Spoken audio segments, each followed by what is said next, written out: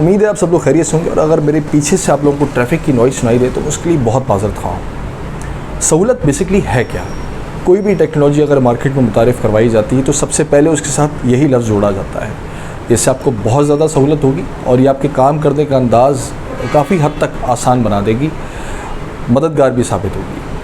अच्छा, अगर हम इस चीज़ को समझने की कोशिश करें कि मैं किसी मकाम पे 20 किलोमीटर दूर पैदल चल के जा रहा हूँ तो मुझे इस दरमियान किन मुश्किलात का सामना करना पड़ेगा, मेरी जिस्म की क्या हालत होगी और मैं उस मकाम पे कितनी देर में पहुँच पाऊँगा, लेकिन बिल आखिर मैं अपना टास्क अचीव कर लूँगा।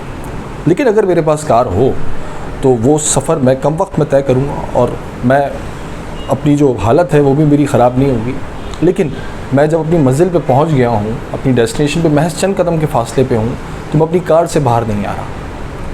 तो लोग ये कहेंगे शायद ये भटक गया है या फिर इसके दिमाग को कुछ हो गया है, किसी इल्यूजन का शिकार है या कुछ और सोच रहा है, डाइवर्ट हो गई है इसकी तवज्जो।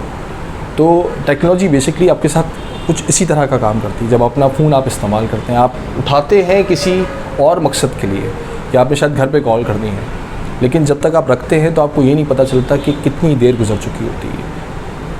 आधा घंटा, 20 मिनट या पौना घंटा आप मुख्तलिफ़ सिमतों में चले जाते हैं इंटरनेट की दुनिया में।